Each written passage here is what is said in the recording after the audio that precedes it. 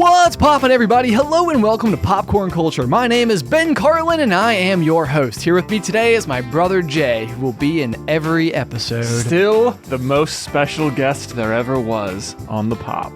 My goodness. Surely the specialist. Yep, that's me. I'm special. I'm deciding that if I lean into your special guest status, then you won't harp on it too heavily, and then maybe it'll just sort of like fall in, and that's like what it'll be. Oh, is that what you think? Yeah. It's like, I see what strategy you're going for. But, right, like, yeah. It's like when you appease somebody, then there's no more tension, and when there's no tension, motivation is dropped. You can't make fun of someone if they agree with you. Exactly. It's no fun. No, it's no fun at all. It's no fun at all. This was learning to laugh at yourself in like grade school, middle school, high school, any moment like where you had like that person in class who was making fun of you for something. The sooner you were able to learn how to roll with it and be like a part of the laughter instead of like internalizing it, which is hard. Oh, yeah. What you're asking is basically impossible. It is basically impossible. Like it is the most obvious and easy advice, but the execution, because especially if somebody like hits one of those things that you're like particularly self-conscious about. Oh, and let me tell you, no one in the world is better than middle schoolers and high schoolers at looking at you and assessing your exact weakness. Yes. In the most with like visceral terms. With surgical precision. It is scary. It is scary. It is remarkable. Like I don't know if it is the case, and maybe it was the high school we went to, which only had like maybe 800 students. So like it's pretty remarkable how quickly you pretty much know all 200 people in your grade. Sure. For the most part. I mean, there are people probably that you had fewer conversations with, but for me, I could have like, if you gave me like flashcards, at least while I was in high school, I could have named every single person in my class. Not now. You'd miss a few. I would definitely miss a few now. There have been occasions where my friends have been like, hey, you remember this person from high school? And I'm like, literally not at all. Like, so apologies if you went to high school with me and you think there's even a shred of doubt that I had forgotten you. Do you have people who attended our high school who you would hear other people constantly talk about, but who you had never met or seen or had no idea who it was? There were occasions where like that person existed, where everybody would, exactly what you said. Everybody would always be talking about him, or like friends that we knew would be like, oh yeah, like this person, we went and did this thing. I feel like there was somebody that GMA members, Mike and John, were friends with named like Michael Kluge. That's exactly who I was thinking of. Shout out to the Kluges. No idea who you are, Fred. No idea. I know that our two best friends talked about you a lot. Who you are? I don't know. It was this bizarre thing where I don't know what was happening, because it was like, for all I know, Michael Kluge was literally John and Mike's other best friend. And it seemed like if they weren't hanging out with us, they were hanging out with the Kluges. And it was like, what is happening that these wires are literally never crossing? How do I not know what this even person looks like? Yeah, it wasn't like, oh yeah, I know who he is. I just haven't actually spoken to him. Right. Like if he walked through the door right now, I would be like, he could lie to me about his name and I couldn't like call him on it, you know? Oh, sure. I'd be like, that's your name, yeah. I'm Philip Dunshire. I wouldn't be like, that sounds made up. I'd be like, what's up? Nice to meet you, Philip. I'm a big fan of the Lamplighter. The Lamplighter? Yeah. What's the Lamplighter? From the Cones of Dunshire. Oh, man, I have done this twice in 2 weeks. Wow. Apparently Dunshire is like the word I'm going to for made up names. Okay, let me ask you this. Do you have a go-to made up name for yourself? Ooh. And like an alias. If you're like at a party or something and you're just like, well, maybe I'll be someone else tonight. I'm going to be a different person. Right. It's a weird skin, like not using your own name. I don't think so. I feel like the GMA did have this, it seemed like, for a little while, or at the very least, maybe John Jennings was always Peter. I do. Now that you say it, that for some reason rings a bell in my mind. I don't know why I don't think I ever called him that though. I think what it was is there was this one night that we were at Mill Mountain Coffee.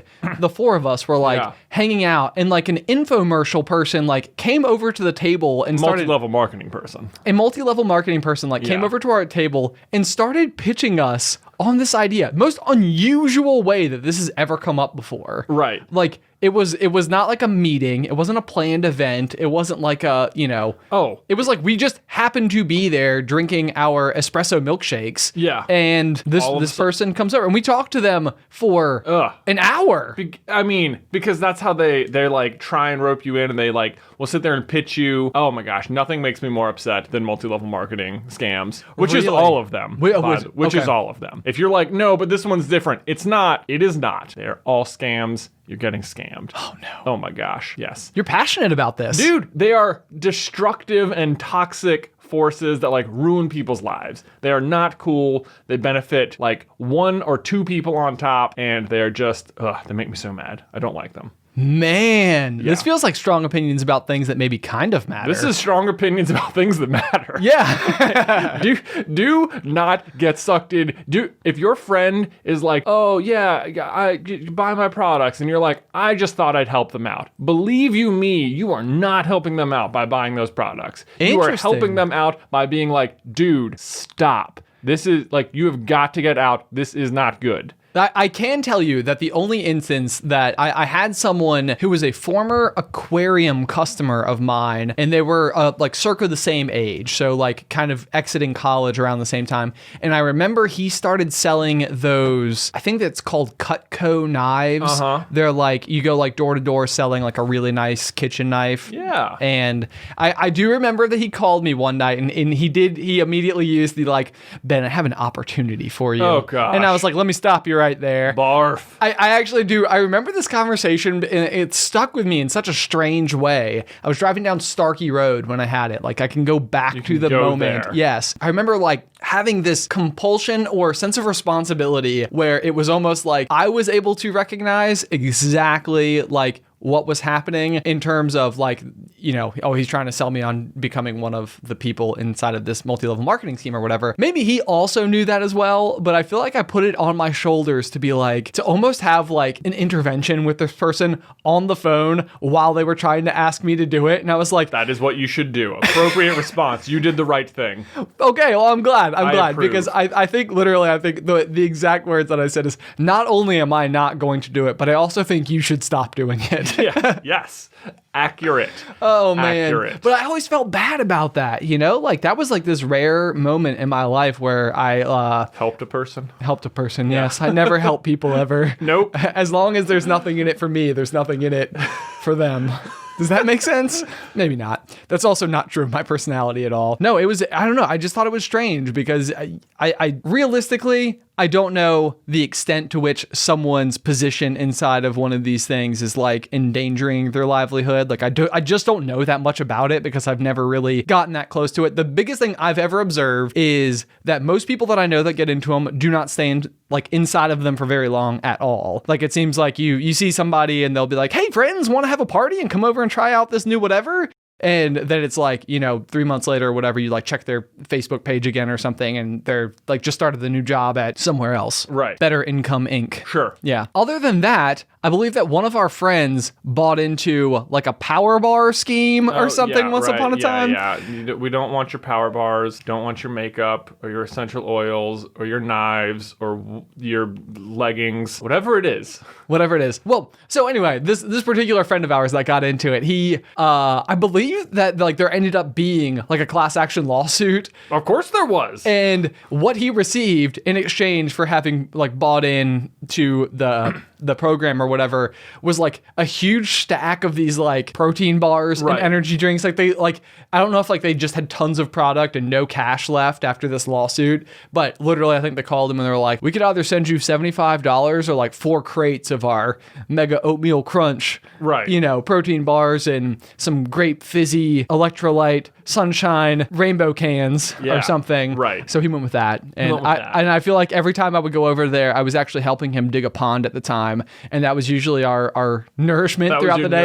It was like, man, should we get some of those protein bars? I got these like 4 giant boxes of this stuff. Right. I've been digging earth for hours. Yeah. By hand, actually. It was exhausting. Yeah. Does it bother you now that like how much faster would that have gone if you had like rented some sort of digger when you were digging that pond. Oh, going to the pond. Yeah. Yeah. Sorry. Okay. So I had lost your Sorry. New track. Ben's digging a pond with our bud. Whoa! By hand. By hand. If I recall, this took roughly 3 weekend mornings worth of your time, where you would wake up at about 6 and go over there and start just digging straight down into the center of the earth. Yeah. Until the sun came up. This was like one of those weird things where my whole life, I've always liked digging holes. Like even the book Holes, where they like, that was like what they had to do every day. I was kind of like, sounds like a great camp to me. Like, like sign punishment. I know. Where? I feel like your hands would get really strong. You probably get some fantastic traps and back muscles. Like, dude, that is the most unrealistic thing about the movie Holes, is that all the kids are real scrawny, and it's like, I am afraid not, friend. Oh yeah. You were digging a 5 foot by 5 foot hole on the daily, you would be jacked. Oh my gosh. Yes. I remember there was yes, following up, it would have gone, we could have done it in like 2.5 hours with a digger is the answer to the question. Right. Would have cost like $300 to rent it. We had a truck. We could have even moved it. Wouldn't have been a problem. But it was like such a bonding experience. This is such a thing about doing projects like that where there's like literal blood, sweat, tears that go into it, is that like it like to this day is probably the most significant like memory that me and that friend have together, where it's like this just really big project that we spent so much of our time thinking about doing, executing. Right. And it's still a really cool koi pond to this day. So they have maintained it. Yeah. Oh, so I remember though, there was a period of time, speaking of digging holes, where our mom works for the local SPCA. Yeah. And occasionally there's this kind of sad thing that happens where one of the pets, like, you know, will pass away. Right. And they actually have like a cemetery that like a local donor had given as like a place for pets to go. And like actually you could actually go and bury your pet there if you chose to, and it would be like a local just pet cemetery. And mom did not know who to get to dig the holes for the graves. Oh, so I see where this is going. And so she was like, Ben, you like to dig holes. So, do I have a job for you? Yes. So there was this like period of time where it was just like in the back of my truck, I just had all of my digging tools, which was all hand-based digging tools. And I was just constantly going out and digging holes in the pet cemetery. And goodness gracious, I was getting like ripped from doing it. Yeah. I remember one day I had a friend come and help me, and I was sweating profusely because it was like a 90-degree day, 2:00 in the afternoon. So I took my shirt off, and my friend was just literally like, good golly gosh, like, what happened to you? And I was like, I don't know. And it was like this thing that had happened, sort of secondary to me realizing it. Right. But apparently I had gotten like very in shape. There you go. Through the process of just digging. Yeah. Well, I always think of hole digging as muscle building because of the show Survivor. And I believe, have watched through a good portion of the show. I have seen from like season 24 to like maybe season 36. Okay. So somewhere in there. So I don't know. Did you ever come across James? You would remember. I don't think so. Okay. Well, he probably comes on the show 3 times or so. I think between like probably seasons 15 and 23 then. Okay, gotcha. And his profession is as a gravedigger. A manual gravedigger. I'm not sure what cemetery he works at, but oh my gosh, I've never seen like a bigger person. Oh, really? I mean, just enormous. He's also, I don't want to like spoil it, I'm going to spoil it for you, famously was voted out with 2 idols in his pocket. Felt so confident. Back stabbed. Anyway, sorry, James. That's a bummer. In case you're listening, James, out there, we're very impressed with your physique, though. Great work on digging holes. Dude. Really great work, man. Yeah. Yeah, and on Survivor. But that too. Yeah, that too. That too. But yeah, I don't know. Digging holes, strange thing. Do you remember actually the time that we were kids and we went out into the front, the garden, I guess. It was in our backyard. I almost said front yard. And we just started digging this hole in this garden. And it was kind of like something that I feel like we spent like maybe 2 to 3 days doing. It never got really deeper than like maybe a 5-gallon bucket. But for, I think Mew and I were like maybe 6 and 8 at the time or something, so we didn't have a whole lot of muscles, Right. to back us up. I remember, first off, that we were digging, and the thing that I was convinced we were going to find was the vault that contained all of the actual Star Wars items that ever existed. Wow, that's Yes. quite some headcanon. Oh, yeah. So I was like, we don't know what's underneath this earth, and there's a strong possibility it's lightsabers. What reasoning from a 6-year-old? What reasoning? But Yeah. I feel like we were so into Star Wars, and We were. I feel like I remember, and I don't know if you remember this or not. We were laying in bed one night after we started digging this hole, and we were like claiming the things that we were going to keep when we found them. This was a particular pastime of us as kids. I don't know if you continue your story. Oh, all I remember is literally like you and I shared a bedroom still at this point in our lives. And I feel like I remember laying there at night and being like, man, Millennium Falcon dibs. And it was like, it was like as if literally inside of this vault was going to be the actual Millennium Falcon. And because I had just actual called one. dibs, like I get to have get it to now. have it. And so it was like, you had to like think of literally every single potential object from the Star Wars universe. Right. And we needed to lay dibs so that when we found it, we knew who got what. Right, there wouldn't be bickering. Or Right, anything. right. And You're I like, well, we determined it. We had a contract. And, We had a contract. Yeah, we took our turn. So it was Yeah. like, I get Luke's green lightsaber, you get his blue lightsaber. Yeah. Like, fair is fair. Exactly. Yeah. Exactly. I remember this particular form of dibsing things where we would like rotate around in a circle, like dibs on things not owned yet. Oh, yeah. Dibs on things not owned yet. Dibs But on like, things when not owned. opportunity was available, I have called preemptive dibs. Yeah. Right. I remember, I know this was just the sort of behavior we would partake in all the time. I remember one time we were driving back, I think from New York, and for some reason, somehow, we had acquired this giant chart of all existing in production Beanie Babies, which of course, as a child of the 90s, we were into. Obviously. And it was like Obviously. the activity on the way home was that we were just, me and you and Ty were passing it around, and it was like you would just circle like, okay, when the opportunity comes, because we'll obviously own all of these at some point, I'm dibsing. I get this one. Yeah. You remember this? I do remember this. I do remember this. I'm This is so glad this wasn't just like some stupid thing I remembered. No. Okay. This was such a thing. Like the like attachment to the Beanie Babies was like massive. Like I Right. have so many memories attached to my like ongoing obsession with my collection of them. Yeah. Which I think we talked about this on the pop before, but once upon a time, our dad found like a box of like his childhood Hot Wheels toys, and as like a news broadcaster, when eBay was like becoming a thing, Yeah. he sold like 5 of them online for like $900, and he used the money to buy our family canoe, A canoe which we still have, the Winona. that Ben did not almost totally wreck on a trip down a river. I did wreck all the sleeping bags. Yeah. They all went in the water and weighed like 400 pounds once they were sopping wet. I think that number goes up every time I tell this story. So at this exact same period of time, Beanie Babies are becoming like this massive, like global phenomenon. Right. And the whole thing is like almost, I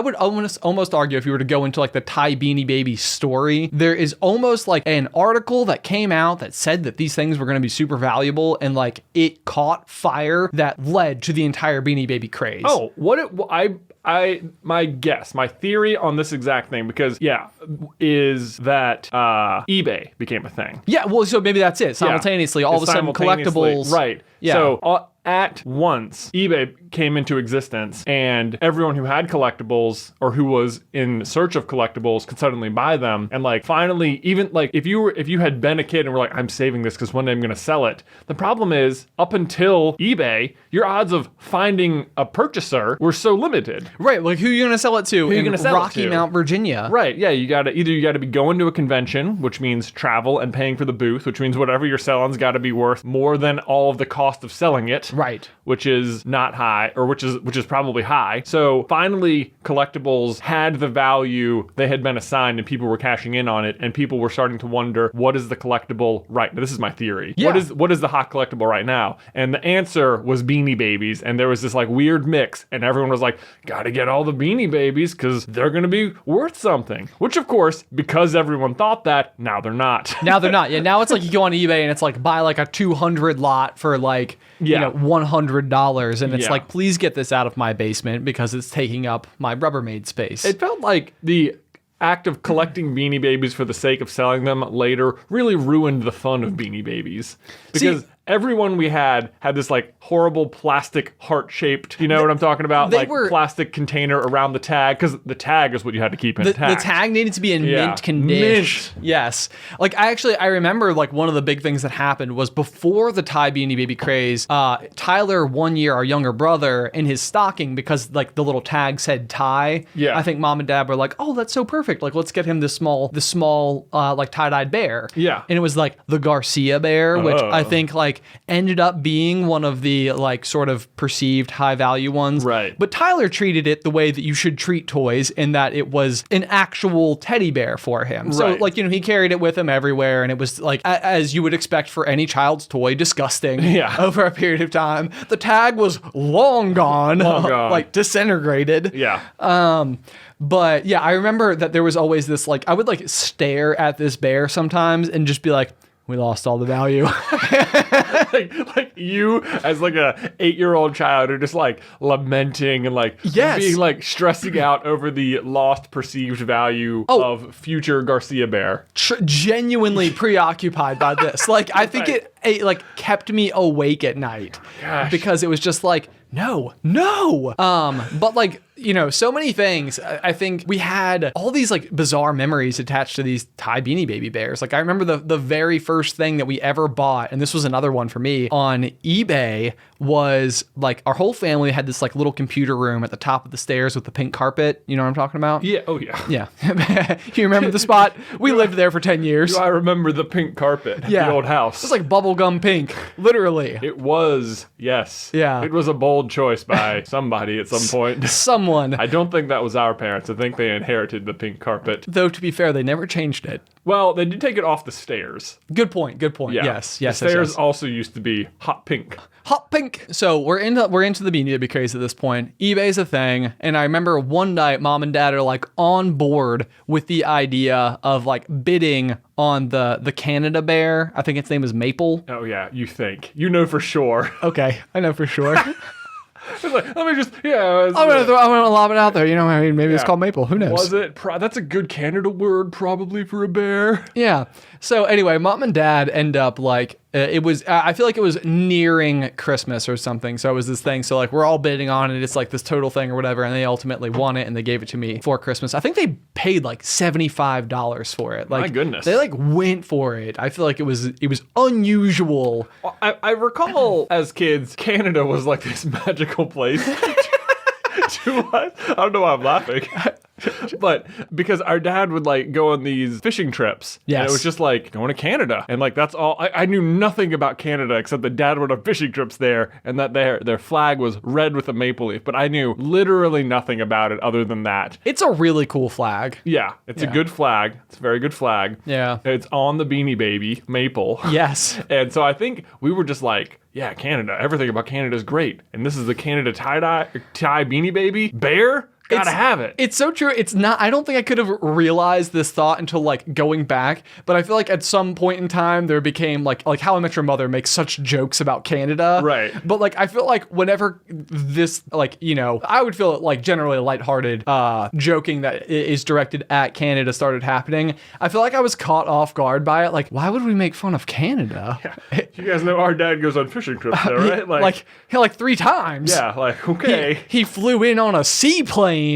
Like, the things attached to these fishing trips were like, literally, yeah, it was like, this is what you do when you become an adult. You fly to Yeah. Canada and you see a moose and you jump in the Carry really... a canoe around the wilderness. Yes, you like portage, like you carry it with like all of your gear. You like, yeah, jump into freezing cold water. You catch all the northern pikes. Yeah. Yeah, there was like, this is just what the future is made of. This is what it's all about. But so anyway, we got Maple, and I believe to this day is still worth nothing. I think mom and dad probably bought it at like its premium price. That's the thing, is that if you were really savvy, you were selling those Beanie Babies at the time. Exactly. It's like the exact opposite of any investment where normally the idea is to like, you know, wait and let it Yeah. gain value over the course of your life. I'm going to go on eBay right now. You're gonna figure out what the going rate for a maple tie Beanie Baby is. Okay, let's do it. See, this is the other thing too, though, because I feel like there became this entire like BuzzFeed thing that started happening where they were like, 10 of your childhood toys that might be worth a fortune today.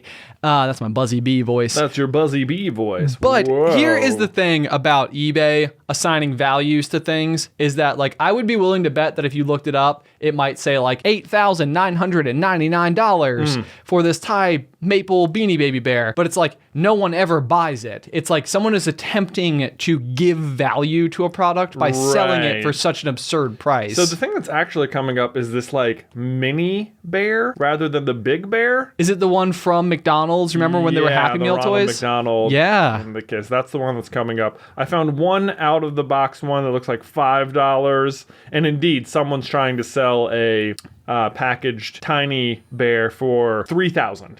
Yes. They ain't gonna get. They ain't gonna get. Yeah. I hope not. I hope not. This is the thing that happened. Yeah, is that like they're literally worth nothing. There's no one out there that I'm aware of. I would want to know. Is there anyone in the listening audience that is like actively still collecting Thai Beanie Babies? Well, it felt like when they came out, there was like a first set or something where there was like you could. There maybe like 60 different ones existed. Right. Like different, animals you could get. And nowadays, the number of products produced by like the TY Bear Company? Bear, whatever it is bazillions. Oh yeah, and that's the thing. Like this is the phenomenon that happened is that like going through like the 50s, 60s or whatever when they started like, making toys, they were still not quite at the point where they were like being mass produced. Yeah. So there were like some of them, which meant that like if they survived, because tons of kids played, bought them, played with them, treated them as toys. But occasionally there was that person who must have just like kept it in the box in their attic forever. And then the nostalgia value was massive because maybe they made 5,000 of them, but there's like 10 of them left in the world still in the box. That makes it valuable because it's like, whoa, there's still like something made in the 1950s that there weren't that many of, and there's still a new one. Right. Fast forward to the Thai Beanie Babers, the Beanie Baber company. The Beanie Babers. I'm sticking with it. Yeah. Yeah, like I think that this is the story that came out though, is that once upon a time they were creating the Thai Beanie Babies in like a garage, and they were like, hand sewn and like all this stuff, and like there was something really special because they were like this. Is that accurate, or are you just imagining it? I think it's accurate. I'm maybe I'm imagining some version of it. Okay. But I don't know that I'm completely wrong. Stick with me. Okay. This is the kind of host you get here is memory-ish kind of information. Right. I believe what happened was all of the Beanie Babies that were made inside of like that garage are genuinely valuable because they are like the artifacts that ultimately went on to create what everybody else knows as this huge commercialized success, as this like perceived hyper collectible plush toy. Right. And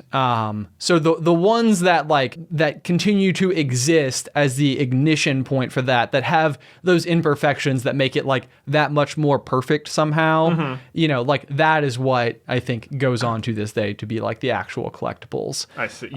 Of the world. That's the thing. Yeah. Misprints on early things make for great, really valuable things. Oh, I have always thought this was fascinating. Yeah. Like the mistakes are what make things valuable because there are so few that may have had mistakes. Exactly. And this was something, I think we've talked about this a little bit before, but like when we collected Hot Wheels, you were looking for a different set of wheels on a specific car. I always did.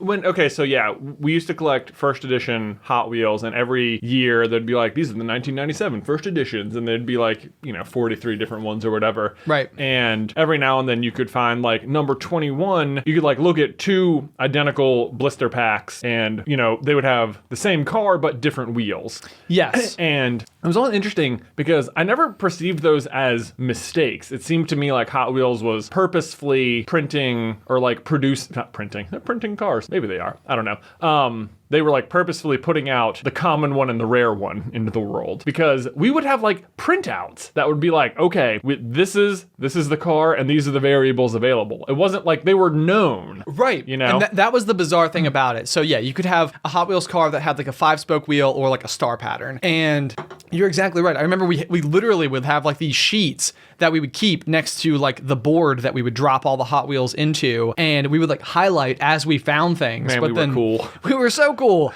And like we would go to Walmart, and I have no idea how mom and dad were so patient with this thing that would happen. But like every time we went to Walmart or the store, like we would have to go through every single rack and it would be like, okay, this is the number 21 car from the 1997 first edition. Oh, but it's a 5-spoke. Okay, we don't want that one. Already got And, like, that one. We already got that one.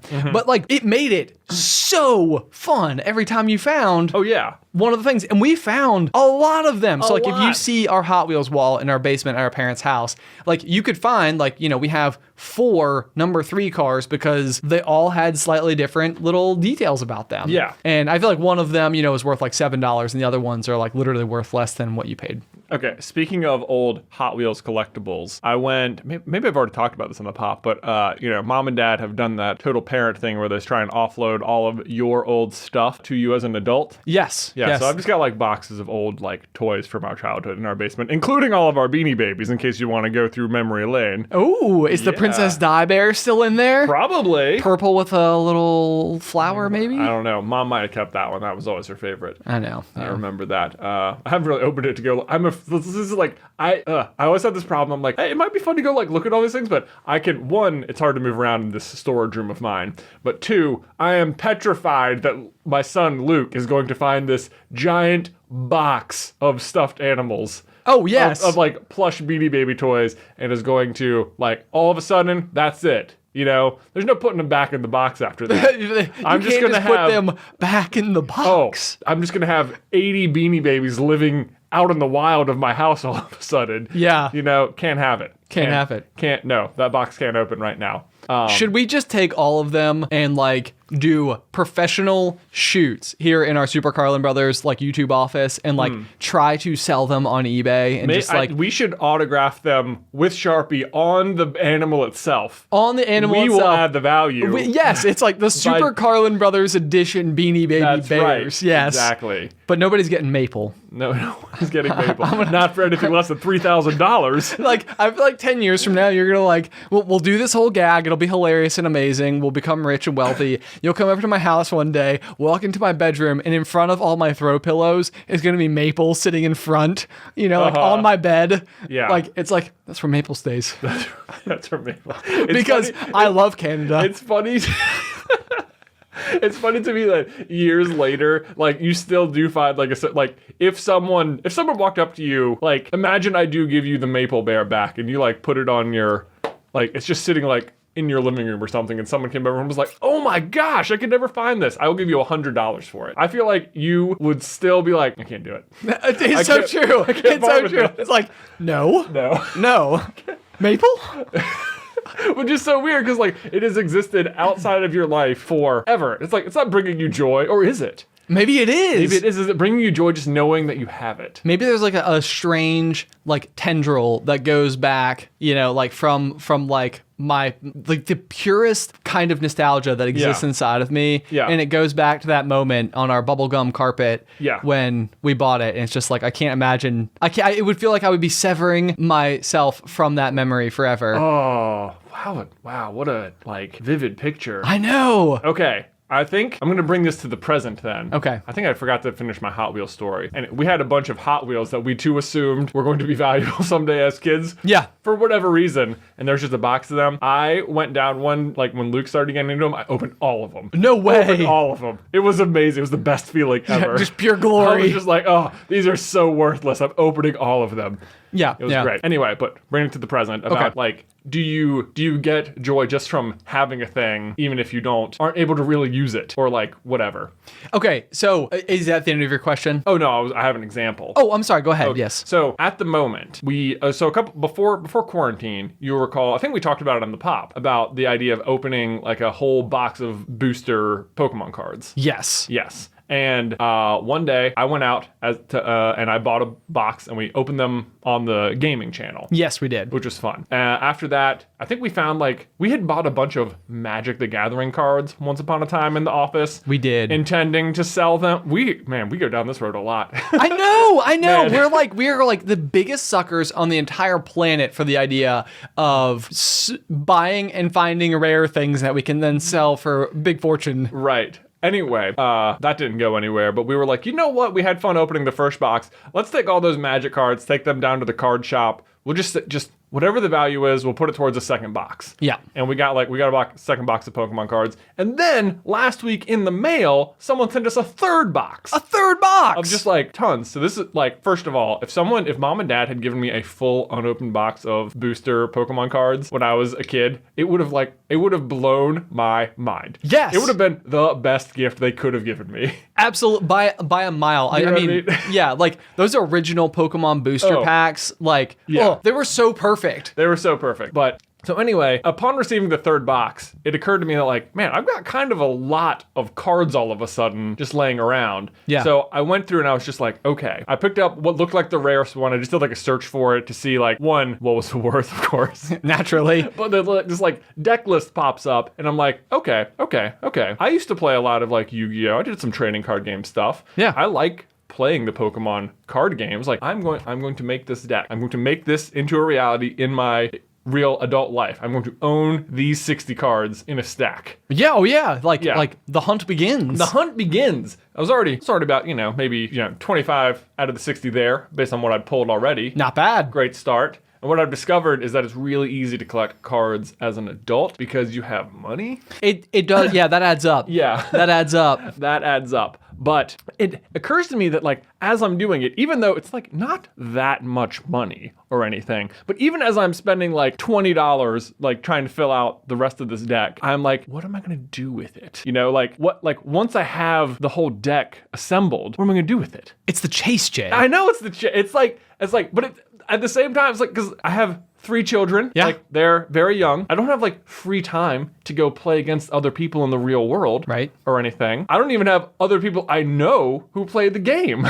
See, okay. You know what I mean? But, I know. but the act of getting these things and assembling this has been so much fun. Yes. Yeah. Absolutely. No, I get that completely. Like, I think that so frequently in my mind, like I'm always trying to manipulate circumstances so that there is always as much opportunity as I could possibly want in order to be able to do the things that I want to do. Mm-hmm. So like the famous example for me was in college. I really wanted to be able to snowboard whenever I wanted. And so I attempted to build a snow machine using like an air compressor and a bunch of galvanized pipes so that it would like blow water over the yard. Water vapor and cold, dry air, and it would... Yeah, and it would freeze on its way down. Exactly. Yeah. And so so like that's, I feel like what you have to do. That's what you have to think about is like, Jay, what is your snow machine here? How do you find a way to ensure that no matter what, you always have a way to play Pokemon cards? Well, the good news is there's an online version which you can play, which is the way you can actually play against other people. That feels like a very non-creative solution to this problem. Well, the problem is that it's not like a direct correlation. It's not like what you got in this pack is what you got in here. Right. So it's not as if you can just like recreate card for card what you have, unless you do a lot of trading inside the online system or whatever. Yep. But it's, I don't know. I don't know what I'm going to do with it, but I am having a whole lot of fun tracking the cards down and assembling them. And like, I have like little packages arriving in the mail and it's like, well, it's so fun. I get to put in like two or three more. Right. And it's like small amounts of money too. So it's like, you can collectively spend $100, but like spread that out over, 20 individual purchases, right? And then you have 20 pieces of mail that arrive. It's like, there's nothing better. Who doesn't love mail? Who doesn't love mail? Also, I've had to go to eBay for some of it. And have you bid on anything on eBay recently, or are you an eBay person? I am an eBay person because I like to find rare things, like my current Mickey Mouse Vans that I'm wearing. Very fun. I got on the old Ebes, and so typically I do actually think that I use eBay. Like some people I think can use eBay like Amazon. Like you could go and just buy things, and there's a buy it now feature. There is the buy it now feature, right? Yeah. Which to me is like, it's great under certain occasions where it's like, okay, I don't want to bid for this. I just want to be able to ensure that I get it, which is what I did with these shoes. But I do feel like typically I am looking for actual collectibles on eBay. Okay. But I would say it is rare that I found myself super engaged in like a bidding war for something. Okay. Usually I do like the make an offer thing, and that tends to work reasonably well for me. Oh, I see. Yes. I see. Yeah. So in my quest for my Pokemon cards, I was recently in a bidding war on eBay. How'd it go? Oh, well, it started out, I looked it up, and the cards in question, I think I think it was about a $55 value, which I was like, I don't really want to spend that much because it was like 3 cards. Sure. Yeah, but I found it on eBay and it's like, oh, $7. I was like, okay, all right. This seems very reasonable. Yes. No big deal. Then I made like a max bid and like quickly came back the next day and hit like up to like $36. And I was like, oh, okay. But it was still like 5 days away from ending, which was just torture because every single day I would open it and be like, well, who knows? Who knows? But it was like also really fun every day being like, oh my gosh, I don't know what's gonna happen. I don't know what's gonna happen. What if someone's like just waiting until the last second? Right. You know? You don't know. And then like you can see, it shows you how many bids have been made. Right. So to me, I realized that like, okay, it's still at 36 and it says 13 bids. If I increase my max bid, it'll then say 14 bids, but the price won't have changed. So if someone's watching, they'll know I have increased my max bid. Oh my gosh. And that means they'll know they need to bid higher at the last second. Your strategy brain is infuriating. Oh. This is why no one can beat you at board games. Well, I mean, I have people to play board games with though. I guess so. Okay. Anyway. I don't know. So interesting. So you increased your max bid? Oh, well, so this was my dilemma. I was like, it's been sitting here for like 4 days and no one has like made any changes on it, but there's been 13 bids, so clearly somebody's watching. Right. It's like, if I change the max bid without the number going up, people are gonna know what happened. So I came down to like the last like 30 seconds of it. Finally the day arrives and I am like, I have indeed increased the max bid. I went for it and I'm just sitting there refreshing like, oh, someone's gonna totally do it. And within the last 15 seconds, the price did go up. Oh, no way. Yeah. They wouldn't have beat my initial max bid either. Okay. But it did go up. Someone was watching. So I was like, oh, it was like this moment of like, oh, I was so validated. I was almost happy that it did go up, even though I had to pay a little bit more. Right. But I was like, oh, that's right. How dare you? That is the thing, though. It's such a roller coaster. Like, I feel like these auctions can become so addictive for this exact reason, because you become so invested. And then the more enjoyment that you've had in the process of purchasing this thing, the more that it also like even validates the spend on it. Because at some point in time, I feel like the movie theater principle comes into effect, which is this idea that I came up with, I think when I was like 16 or something, which is basically that like, if you were to go to the movies, you're pretty regularly willing to spend like $10 to $12 for 2 hours of entertainment, but then you leave and the movie is over. Right. And so it's like, if you can spend $10 to $12 and receive at least 2 hours worth of entertainment from that $10 to $12, then basically that's like, in my mind, the going rate for that amount of entertainment. Yeah. And so I feel like from your perspective, you start looking at this and it's like, it's something you're thinking about. It's something that makes you excited. It's something you're checking into. Ultimately you won. It's like all of those. I had lost.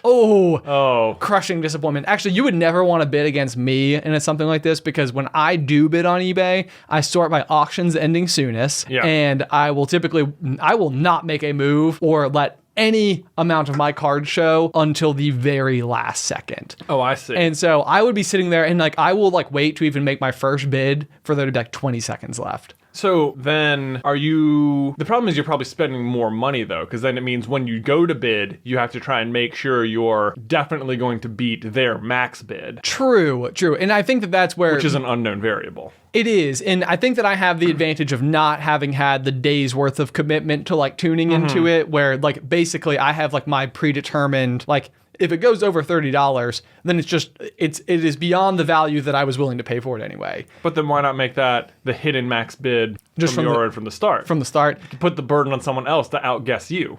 Well, I suppose because if you have that max bid set and they start bidding, then you will auto outbid them over and over. Yeah. Which means, like, if it's at $7 from the beginning, my hope would almost be to allow the person who has the max bid at $7 to think they have it at $7 for as long as possible. And then I guess my argument would be that by coming in at the last second, if I could just bid like more, like $20 all of a sudden, then that would win. Does that make sense? Not if their max bid is 30. Well, if their max bid is 30, I guess. But then I guess you don't know. Yeah, I don't know. So you're a last second show up at the table, and I'm like a front runner person. Like I want to be in command the whole time. Right.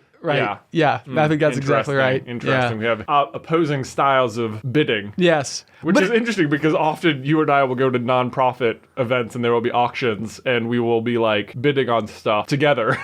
I know. It is really interesting. This is, I feel like you and I, like, so we go, our parents are like pretty involved with, it seems like such a myriad of like nonprofit things. And so very frequently they're like, hey, will you guys come to our event? And I think it's because at this point they're like, because you guys will bid on stuff and it's fun to watch. I think they're using us for entertainment value. But usually, yeah, you and I have like a strategy walking into, it's like, okay, how high are we going to go here? But I will say, the thing that I think we have provided to the Roanoke Valley is that we have bid some stuff up in a way that has made it so that we didn't win, but someone else paid more for it. That's what they want to happen, of course. That is what they want to happen. Yeah. And I think with the exception of my trip to Africa, which I put the minimum bid on and then won, I think that we've done some good. Yeah. Yeah. Maybe I'm just patting myself on the back for no reason, but No. moral of the story, auctions are a blast. Auctions Hey. are fun. Okay, so I need to tell you about my first ever auction experience while we're discussing, because this is a Ben Carlin childhood memory that just like was so miserable. Okay, let me just say, in case anyone's curious, the card I was bidding on was it was a secret rare Dragapult V Max, in case people are just like, why didn't you tell us what it was? I gotta know. Yeah, because I've been teasing you or something. That's the card. That was the card in question. Okay. Is it gorgeous? Yeah. Oh, it was 3. So there's the secret rare one, which is this awesome full art rainbow thing. Then there was a second one that was not secret rare, and then a third one which was like just the V, not the V Max. Okay. So that one was only worth like 5. The other 2 were worth about 20 and 30. I wish we were closer to Christmas so that I could start attempting to find Christmas gifts for you, because I feel like it would just be so much fun to just go and find like all these little things and just be like, oh yes. But there's no need to wait. One of my love languages is gift giving, at least in the way that I give love. So yeah, I feel like your interest in Pokemon fuels me. Excellent. Yes. Excellent. Yes. So anyway, what was your first auction? my first auction experience. Yeah. Let me go back. So I think it was in 4th or 5th grade. We had the accelerated reader program. Okay. Do you remember that? Like where Yeah. you would go to the library, you would like pick a book and you would read it, and you could take a quiz on the book to like prove that you retained knowledge from it. And then based on the difficulty of the book and how many answers you got correct, you were awarded like a certain value of points that you could then like store, I guess, like they would keep track of. So you would like, the teachers I think would be able to determine who was reading a lot of books based on like whatever your score was. Or so they would think. Why do you say that? Well, this is not something I invented, but there was one of my friends in class who we also had the accelerated reader program, realized that there was no penalty against your point total for like failing a quiz or something. Oh, interesting. You know, like you could, it wasn't like, so he would just go on there and he would take like 20 quizzes on books that he had never read. Never read and never intended to read, knew he would never read. So you get like 3 out of 4 correct, right? or 3 out of 10 correct. Right. And then You just like nickel and diming the score. Yeah. You can guess 25%. Yeah. Right. So that's what he would do. And sure enough, his, it didn't matter that he was failing because the goal was the overall point total. The point total. The point total is all that mattered, not the success rate, not the pass rate or anything. Oh my gosh. So yeah, that was his strategy, and pretty much always had the highest point total in the class. Wow. I know. Well, sneaky, right? That is sneaky. It's like part of me's like, what a cheater, and also kind of just like, that was really creative for like a 4th grader. I know. Yeah. To be like, you know what I can do here? Right. I can beat the system. No one's checking if you read the book. Right. Yeah. Oh my God, that's fascinating. Yeah. Well, anyway, so it seemed like year after year, as a pretty consistent idea, they would have methods of attempting to get you to read more books and then take more quizzes, and then there was like awards. So I think like one year they had this thing where you got to like fill up your like bar on like the door to the classroom or something, and it was like once you hit 10 points, you got to fill up to 10, and then that meant you got to go to this like accelerated reader sponsored day of fun in the sun or whatever, and however many points you got allowed you to go like 1 hour earlier or something. So if you hit like 50 points, then you got to go do the whole day. Oh, I know, amazing. Totally went the whole day, no problem. But by my 4th or 5th grade year, they had invented this idea to do an auction. Yeah. And so basically the number of points that you earned was your currency that you were able to then go to like a rec center somewhere with kids from all over who also had earned points. I see. And they like parents and stuff were like offering prizes, and you could then like bid using your points on like a boom boombox or something like that. You know, Right. they had varying degrees of Awesome quality. third grade prizes. Awesome third grade prizes. Yeah, nothing super spectacular, but like some of the stuff was pretty cool. But our school, for whatever reason, like there was no regulation as to how much these like books were worth. So I had read like 35 books or something, which had scored me just enough to go to the event, which was 75 points. Okay. Actually, I think my total ended up being like 84 or something like that. That's how Okay, many I had. well, So I just look at that. barely tipped the scale. I was the only kid from my school who got to go. Only in the whole school. In the whole school. Wow. So you're the top reader in the school. Top reader in the school. And you're thinking, wow, what is there going to be like 5 kids here from other schools? Yeah, no, tons of kids. Right. We get there, and what I learn is that, like, for whatever reason, our school system was awarding me like 1 to 2 points, like per book, Right. like pretty modest. And then I get there, and like they didn't even have the Harry Potter books at all. They were not listed as like quizzable books you could take. Sure. So I get there, and kids from all these other schools were able to take all of the Harry Potter books that were available, which I think was up to Goblet of Fire, and they were worth like 40 points a piece. Whoa. Because they were like considered like big reads. Yeah. Like, you know, because they're like these meaty books and stuff. So as a kid, I had already read the Harry Potter books like 5-6 times a piece or something. Yeah. Like, you know, Coulda aced that. I was so into them, yeah. But so these kids were showing up and they were having like, you know, 200 to 400 points. Right. And I had my measly 84. Right. And so I remember like, you know, there was like, they got there and I had no idea that this was the case. So like they let you like walk through this like little outdoor picnic pavilion where they have all the prizes set up and, you know, like you get to sort of like choose like what you're going to bid on and stuff. And they start going through the process. And so, you know, like a stereo goes up and I'm like, oh, like I'll bid on that. And then it gets bid to like 370 points or something. It's like, you're like, it was oh. like, man, I had no shot. Like, wow, how many? You could read like 150 books? Yeah. Yeah. And so our dad, again, local TV news anchor, had signed like a Channel 10 ball cap. Okay. And so it was like a white Channel 10 ball cap that had like a John Carlin signature or whatever, which, you know, most fourth graders are not super privy to who that is. Right. They don't care about the news. Right. Yeah. So it gets, I think it's like the second to last item. I haven't been able to afford anything yet. And I end up buying Dad's hat. Oh no, that is the worst. Oh no. I think it went for 40 points, and then I couldn't even spend the rest of them. The final item was a die cast NASCAR, like, you know, like a, I don't know. Like a car. A car, yeah. Like a model car. And that was the last thing, and I couldn't afford it with my remaining, you know, 43 points or whatever my I had gosh. left. So you're the top reader in the school, and you show up to this district-wide auction, and the only thing you can afford is a hat signed by your own dad.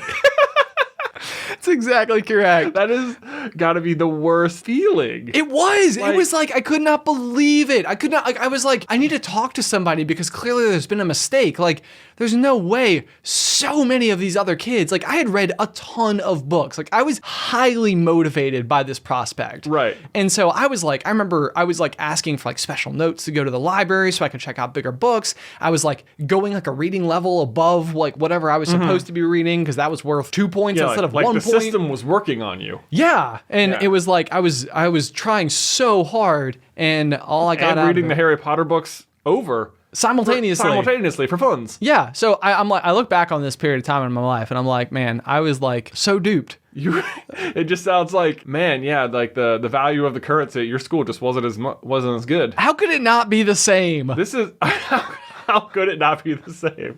That is like they're like you're like leaving like, well, this is a lesson in economics. You're like, Exactly. Like, well, I'm in 5th grade and I read a bunch of books, so give me a boombox. Please. Please. That's all I wanted was a boombox. Oh my gosh. It's like you were the best like soccer player in 3rd grade and you showed up and you're like, I'm so proud to represent my team, and it turns out we're playing against the varsity high schoolers. And it's just like, well, okay. Like I got knocked out a bunch. Yeah, no, it was so disappointing, and I don't know why it happened. I feel like this was like a running trend of things that seemed to happen to me, and You had some weird experiences with your elementary school life. I did. It was Yeah. like this thing. I have always believed that I'm like on the Truman Show, which is like the Jim Carrey movie where Yeah. he is like the center of everything, and like everybody Right. is like creating this like universe around him and stuff, Yeah. and they're all actors. I think they're all really happy that you opted to do an on-camera job and like set up some of the cameras for them. Oh, I know. Yeah, Yeah, it's right? like gosh, how perfect. this makes it so much easier. Like, wow, he's sitting down for us. I feel so bad for all the people who are just tuned in watching us record right now. Like there's Yeah. cameras obviously on me. They have to watch our entire episode, and then in order to have download data show up, other people also have to listen to the podcast. It's like, how do you Yeah. listen to this? Right. Oh, man. Gosh. Must be so frustrating. What I like to imagine when I imagine myself as the star of the Truman Show Yeah. is like, I bet I would have to imagine that if something like the Truman Show existed, which is almost feels like we're like years away from it really happening to someone, unfortunately, that what would really drive all of the, like what the Truman Show would do in the movie is like every now and then the characters would be like, this product, and they would do like an ad read to camera. Right. Yeah. Yeah, which you also do for them without noticing. Oh, man, crazy. That's the reason they let me become a YouTuber. That's right. They're It's like, like yeah. we can literally make Ben do the advertisements. How funny is that? Right? Exactly. Like, who better? Like, it's great. It's great when like the other characters do the ad reads, but like for Ben, the main guy, to do them, wow, how smart were we to figure this out? Anyway, well, I don't think what would really fund the show is the advertising. I think what would fund the show is the gambling, and there would be like odds on what you were going to do every day based on like, all right, what's he gonna do? Like, what are the odds Ben brings his coffee to work in his car? Like, what are the odds Ben leaves his coffee in his car today? And people are like, boy, he leaves it in there every single day. Oh my gosh. It's the day he does it. It's like, I'm feeling lucky. I'm, you know what? He's bringing it. He's bringing it. He's leaving it at the office. I'm going for the first, the second, and the third. This is this thing though that I imagine that like I want to exist sometimes, like where it's like someone somewhere has kept all the stats on everyone. So it's like, man, I feel like I take out the trash way more than everyone else. And it's like, I wish I could call it up and be like, hey, who takes out the trash the most? And it's like, and it's like, you have taken it out 37 times more than the next person. And it's like, I knew it.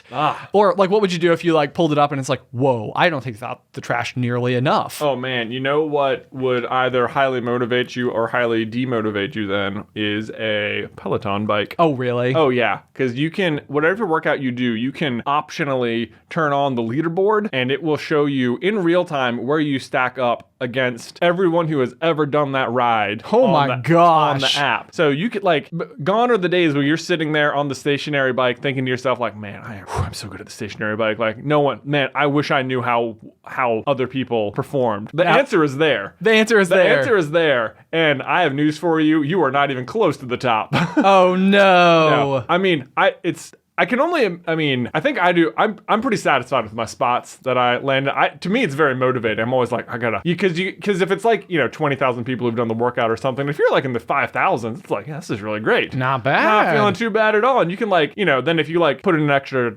effort for 30 seconds, you can like see yourself climb, from the 5400s to the 5100s. Oh, wow. It's like, this is fun. Can I break 5,000? I don't know. It's something to work for. Let's do it. Yeah, it's very, very motivating. But I think if you're like more toward, I don't know how it would feel if you were like feeling like I'm going so hard, and then you like turn on the leaderboard and you're like, oh god, I'm in like the 19,000s. Like, that could be rough. Oh, could be. I feel like I have to turn that off. I know. Yeah, that would be. It's like I don't need that information in my life. I don't need that information. I don't need to know. No, that's really interesting. That is really interesting. But this is the exact thing, though. Going back to the Truman Show, is I think my critical flaw as a human being must be fear that I will acquire overconfidence. That's what I'm forced to believe. That's what you're forced to believe. That's what I'm forced to believe. And so they can like let me feel special by being the top reader in my school. Right. But they can't let me feel special enough to think I'm the best reader in the district. Right. And that's what it comes down to. And this is exactly it. So if I got a Peloton bike, Jay,